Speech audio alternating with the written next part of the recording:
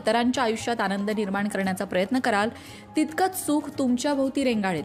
पुरस्कार किंवा कौतुकाची अपेक्षा करण्यापेक्षा देण्याची वृत्ती ठेवा. यासाठी पैशांचीच गरज नाही, तर तुम्ही तुमचे गोड 2 शब्द सुद्धा इतरांना देऊ शकता, तुमचा वेळही इतरांना देऊ शकता. या गोष्टी सुद्धा महत्त्वाच्या असतात.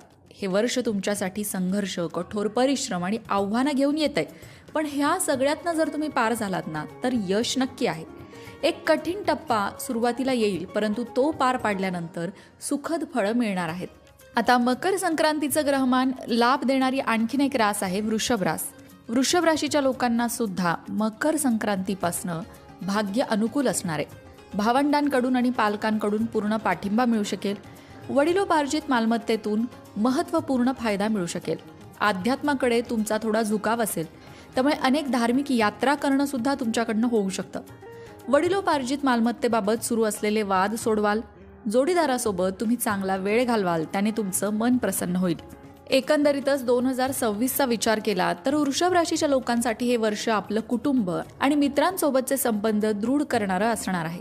तुमची खरी प्रगती तेव्हाच सिद्ध होईल जेव्हा तुमच्या यशात तुमचे प्रियजन सामील असतील. त्यांना केवळ आधाराचा खांब समजू नका, तर मार्गदर्शक दीपस्तंभ माना. स्वतःला सतत प्रेरित करा, कारण यावर्षी तुम्हाला बऱ्याच अडथळ्यांवर मात करायची आहे. बाह्य जगातील गोंधळापेक्षा घरातील शांतता अधिक महत्त्वाची ठरते.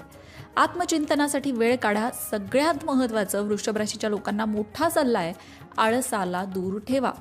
सोफ्यावर मोबाईल हातात घेऊन बसून राहण्यापेक्षा काहीतरी नवीन शिकण्याचा प्रयत्न करा. मग ती नवीन रेसिपी असेल, एखादा कोर्स असेल किंवा नवीन व्यायाम प्रकार असेल, असं काहीतरी नवीन करण्याचा प्रयत्न करा.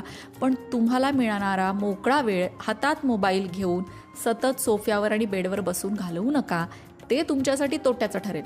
2026मध्ये जर तुम्ही तुमच्या भावनांवर नियंत्रण ठेवू शकला नाही, तर मात्र काळ कठीण प्रसंग तुमच्यासमोर घेऊन येईल. तुमच्यात प्रचंड प्रतिभा आहे. स्वतःवर विश्वास ठेवण्याची तुम्हाला गरज आहे. आणि जेव्हा तुम्ही स्वतःचा पाठिंबा बनाल, तेव्हा तर जगाकडून तुम्हाला मदत मिळेलच. रागावर नियंत्रण ठेवणं मात्र आवश्यक आहे. बाकी येणारी मकर संक्रांत तुमच्यासाठी नक्कीच लाभ घेऊन येत आहे. आता वळूया पुढच्या राशीकडे, जी आहे सिंह रास. सिंह राशीच्या लोकांसाठी मकर संक्रांत खूप खास ठरू शकते. या राशीची लोकं त्यांच्या क्षेत्रात हळूहळू प्रगती करत यश मिळवतात आणि तुम्ही तुमच्या शत्रूंवर सुद्धा या काळात विजय मिळवू शकाल. जे काही प्रलंबित कामं किंवा कायदेशीर बाबी अडकल्या आहेत, न्यायालयीन प्रकरणांचा निकाल अडकलाय, त्या सगळ्या गोष्टी मार्गी लागू शकतात. तुमची आर्थिक परिस्थिती सुधारण्याकडे तुमचं पहिलं पाऊल पडू शकतं. भविष्यासाठी बचत करण्यासाठी तुम्ही चांगल्या योजना आखाल, ज्या भविष्यात तुम्हाला लाभ करून देतील. बचतीच्या दृष्टीने हा काळ महत्त्वाचा